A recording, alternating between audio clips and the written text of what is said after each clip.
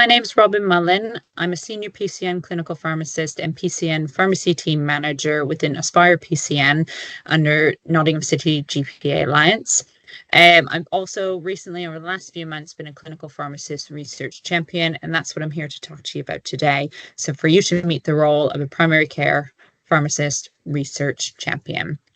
So aims of the session is for me to introduce you to the role of a primary care pharmacist research champion and how I use this opportunity to increase research activity within the PCM. And then hopefully off the back of this, we can look to see whether there is an appetite to establish a peer network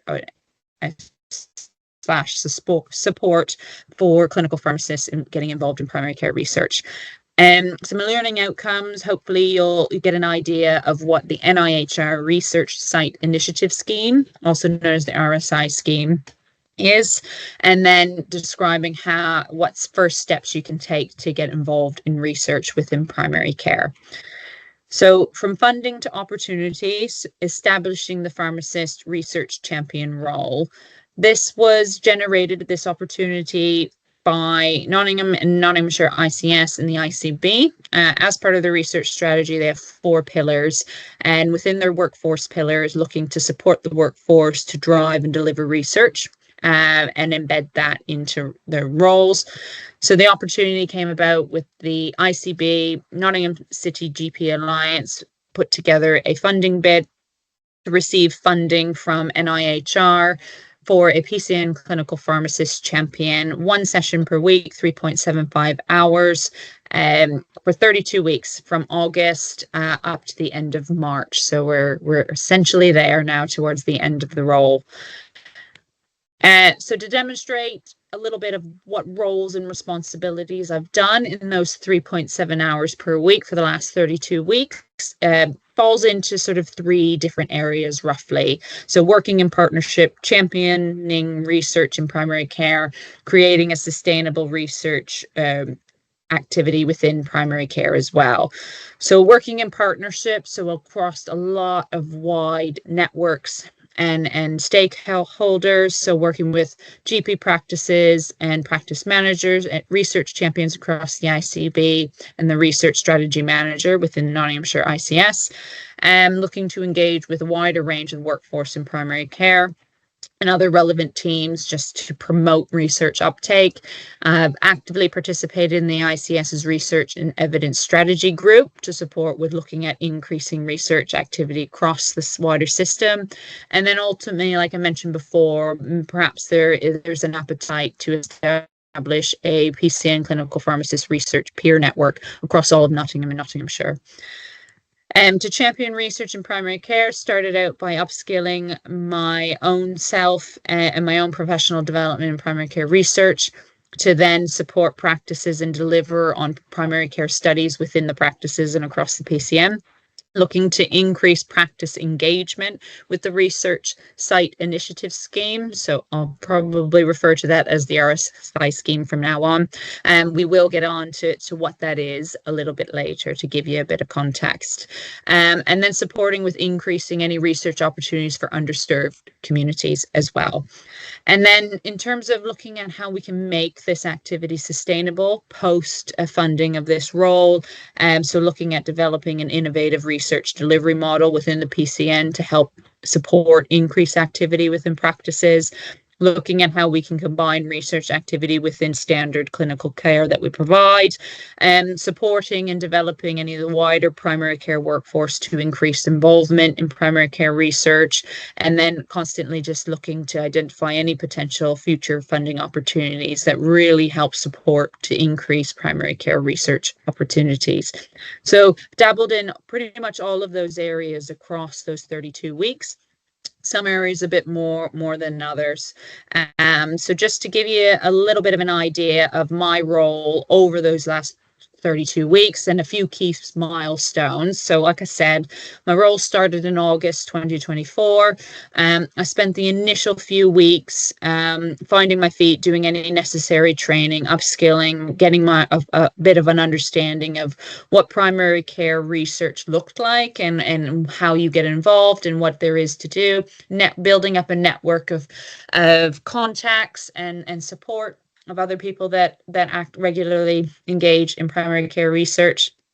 So I was lucky enough to have one of the practices that I mainly work in who were already on the RSI scheme, meaning they're actively throughout the year in getting involved in research studies. So I approached them to take the lead and see if I could support them with that, and they happily let me do that. So in September, I managed to submit my first expression of interest for a study, and then by October, I'd completed my first study. I think very early on, with any sort of funded temporary roles, there's always a concern sort of what you who you try to engage with getting involved in research that may not be before. If the support I'm providing, the additional hours that are there, are suddenly gone by the end of March, it does create a bit of a barrier for practices willing to engage should the support no longer be there. So I did think very early on, and there was a need to think of how we can create this sustainable into day-to-day working post March 2025, when the funding potentially ends if there is no future funding. So what we did was NIHR released some contingency funding to have additional funding between January and March. So we put that towards increasing my hours, for seconding them from the PCN to actively support practices and engaging with research to test a pilot model of a PCN pharmacy delivery on research to support the practices, and within that, increasing time for the care coordinators within our team to upskill them as well to support. So in January, I created an induction pack for primary care research to support upskilling the care coordinators and other members of my team. So in January, I started that training process to upskill them and looking at how we can develop this model and move it forward for next financial year to embed it research into our work streams. While all of this is going on, I was regularly meeting with reaching out to the practices. We had a couple of practices already engaging with research, but we did have 3 research naive practices in our PCN. So I managed to work with them to support their engaging them with submitting an application to engage with research from next financial year. So from April onwards, I'd managed to get them to agree to that, and by February I was submitting applications for all practices on behalf of the practices, freeing up their time.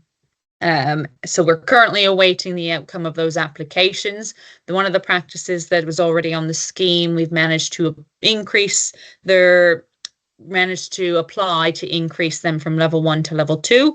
And those 3 practices I mentioned that were research naive, I've managed to submit applications for them to join the scheme on level 1.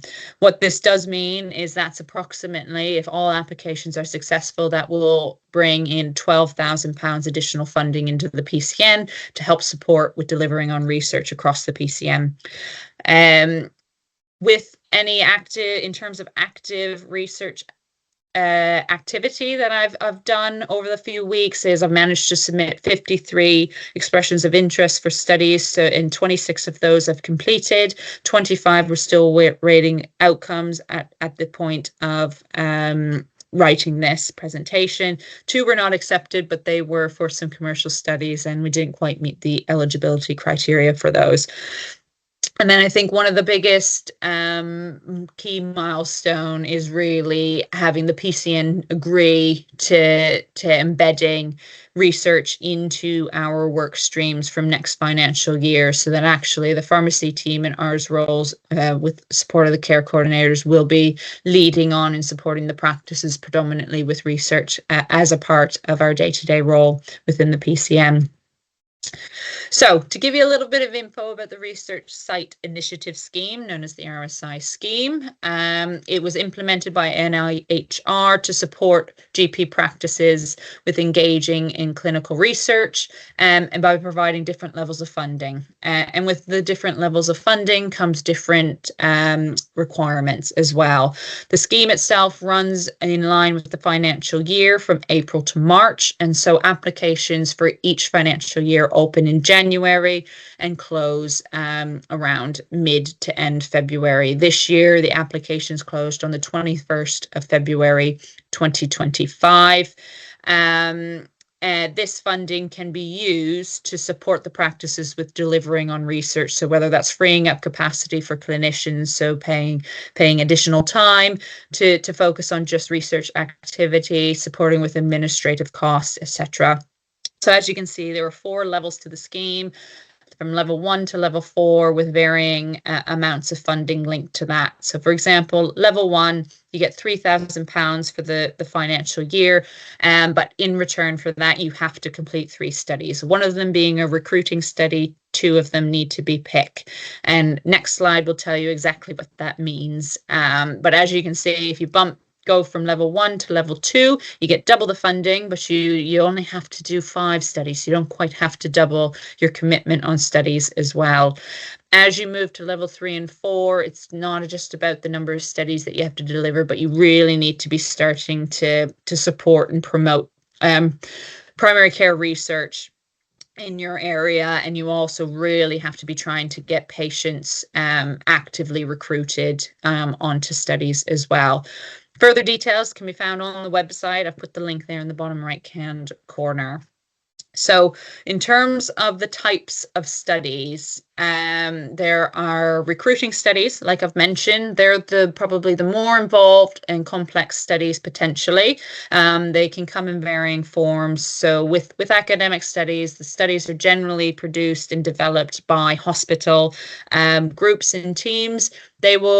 When you submit an expression of interest, they'll provide you with the information, what you need to do. In a recruiting study, it will be identifying patients that meet the eligibility criteria, and it could involve them coming directly to you, where you consent them on site at your surgery to get involved in the research study. And you may also have to do the intervention, whether that's a consultation that they're reviewing, or approach that they're potentially reviewing, or it could be providing a medicinal product, depending on the level of study that you get involved with. Patient Identification Centre, which is also known as a PIC study, more commonly referred to. They're very simple. The study team, the hospital study team will do all of the study activity, but what they're doing is they're using GP sites to cast that net a little bit wider to identify eligible patients. So what you need to do is run potential database searches within your clinical system, often provided by the study team to you, and pull out a list of patients. You often have to screen that versus the eligibility, the inclusion and exclusion criteria, to remove out anybody potentially not eligible or appropriate. Because these searches are obviously dependent on coding, that's why you have to do a bit of a screen. And then you text out the invite. Those invite messages will be sent to you directly. You don't have to compose or think of that yourself. You just copy and paste that into your text messaging system, and you can batch message patients. The information will be for the patient to directly contact the study team. So once you've sent those text messages, that's the end of the study activity for you. So you don't have much more to do.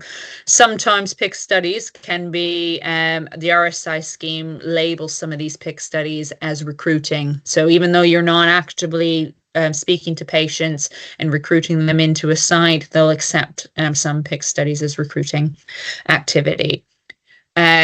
Promotions only studies, very, very simple ones. They'll send you a poster and you put that in your waiting room, or promote it on your waiting room screens, or on website or Facebook, social media, whatever is appropriate. And that's it. That's the end of it. But that is still participating in a study.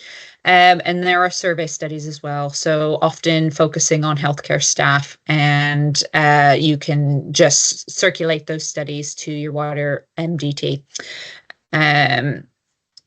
So that's just a little bit of an overview of the different types of studies that are involved. If you express an interest and then you suddenly realize, actually, this is too much, I can't commit to it, it's okay, you can withdraw. There's no pressure there.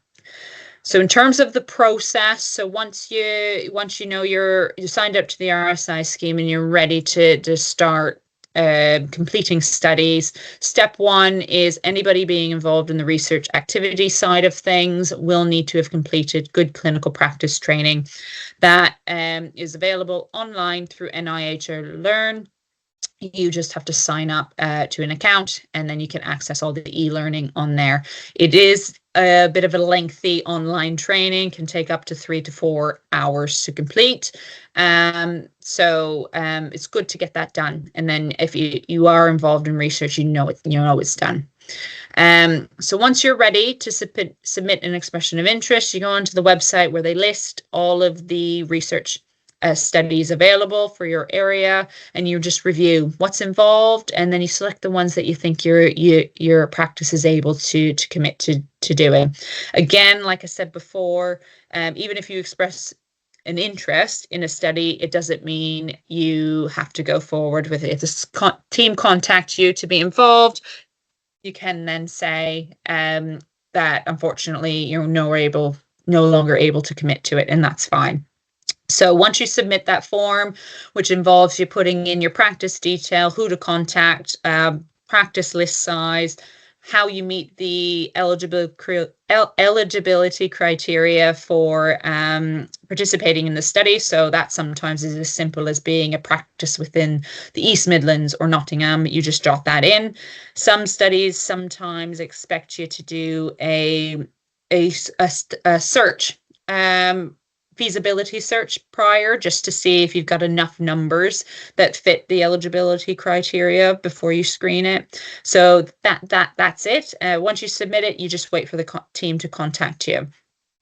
Once they contact you to say that they're happy for you to be involved, they'll send you an agreement alongside a lot of the other study documents as well. So the protocol, step-by-step guide on what you need to do, any posters, text messages, patient information, leaflets, etc. What you need to do is assess your ability to be involved and proceed with that. Liaise with the study team and fill out the agreement form, sign that, fill out the details and send it back. You then need to wait for the green light, allow them to approve your form and get back to you to say you've got the green light to go ahead with the study. That's when you then proceed to run the study. And that will depend on the activity for each study set out to you by the documents provided to you. And that will also depend on which type of study you're doing. Promotion only, they'll send you the poster and that's it. You often don't need to sign an agreement for that. It tends to just be pick studies that you need to pick, and recruiting are the ones you need to sign an agreement for.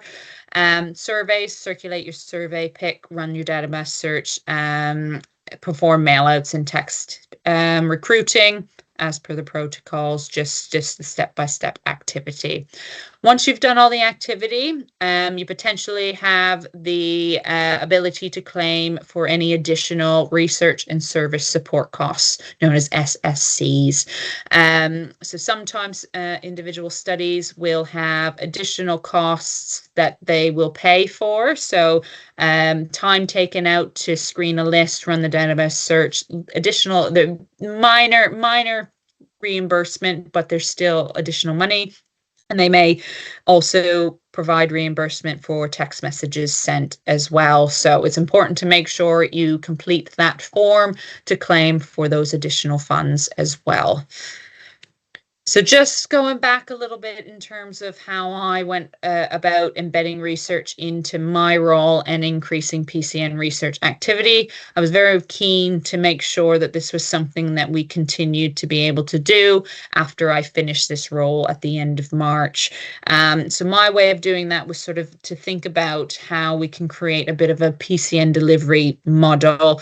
So with that additional time that we secured from January to March, I continued with my 3.75 hours as an ICB sort of research champion through that funded role. And in the PCN delivery role, I supported with liaising with practice managers, engaging them to be involved in research post-April, particularly the practices that weren't, looking at upskilling my fellow clinical pharmacists and pharmacy technicians within the team. upskilling the care coordinators, as I've mentioned, to support with delivery, and regularly liaising with our wider MDT. And it was about assessing and looking at how this model could work and take off the burden from the practice and delivering research, and utilizing your additional roles in doing that. And that's where I also sort of developed that primary care research induction pack to help guide my fellow colleagues get themselves into research with what I found over the last few weeks. So just a bit of a step-by-step guide on what research is, what training you need, and resources to support you. So we have now managed to incorporate primary care research into my PCN pharmacy work streams for next financial years. And now that all practices are delivering on research, this can streamline processes and study related work, because we can replicate it now across all practices. So it'll be very easy to deliver and reduce burden on the practices, whilst increasing the amount of funding that comes in. So moving forward, if you're wanting to get involved in research but are not quite sure where to start, step one, complete your good clinical practice training. As I said, on NIHR Learn, the link is there in the slides. Like I said, it's a longer training, so maybe just pick away at that. Have that when you get a bit of time to do that, and then you've got it, so you don't have to take that time if a research opportunity comes about and you know you've done it. Talk to your practice and your PCN. Are they research active and signed up to the RSI scheme? What RSI level are they at? Who is the research lead? Are there any opportunities for you already to get involved? Or is this something new that you can present to the practice to say, look, there's some additional funding attached to engaging with research. Is this something that we should look at getting involved with? And continually keep an eye on and explore if there are any additional funding opportunities. For example, this role came about because of an additional funding opportunity through NIHR. So see if there's any way for your practices or PCNs can apply for funding like this down the line as well. And network, connect with any local research champions that might be out there. I know Nottingham and Nottinghamshire ICB have two, Ed Longridge and Jane Coleman. They've developed the Present NHS Futures page that I've put a link there towards the bottom of this section. And that has a whole host of support as well, and inducting people into primary care research, links to useful suggested simple studies to start with when you're first starting out as well. Connecting with any local deep end groups if you're a practice in a more deprived population area, that's a group that helps with focusing on how to engage patients in these areas with engaging with research. Connect with any practices that are already involved in research. Check out to see what they do, how they do it. See if there's any chance for you to shadow and watch them and go through the process as well to get your experience up, and get to know your local NIHR primary care research team. You can reach out to them to say, I'm looking into getting involved with research, supporting the practice, getting involved with research, and they'll very much help you and signpost you to lots of support available for that as well. So as a consequence of all of this, I don't know if there are any clinical pharmacists out there that are either already heavily involved in research or very much interested in getting involved in research in primary care. But it would be good to see who is out there that would be keen to perhaps develop a clinical pharmacist research network across Nottingham and Nottinghamshire. And if you are somebody that is working alongside any clinical pharmacists in primary care and you think that this would be a good thing for them to get involved in your practice, then again, please nudge them to get in contact. And it's about us looking to see, is there a need for peer support, and what does that support look like to you? So for example, is it meeting meeting quarterly via Teams, face-to-face, developing a platform to share resources, a WhatsApp group, what sort of things would be helpful. And if you would like to be contacted, please reach out to NATH and we can start to collate a group of people to build a network. Thank you for your time, but please feel free to reach out to me if you have any further questions at all. My email is there, and I will do my best to get back in touch with you as soon as I can. If I get a lot of queries that are very similar, I'll probably hang on to them and then maybe circulate a bit of a frequently asked questions thing, or just look to arrange a time to network and catch up in one meeting perhaps. But again, thank you so much for your time. And these next couple of slides are just the info regarding the NATH resources available to you. Thank you.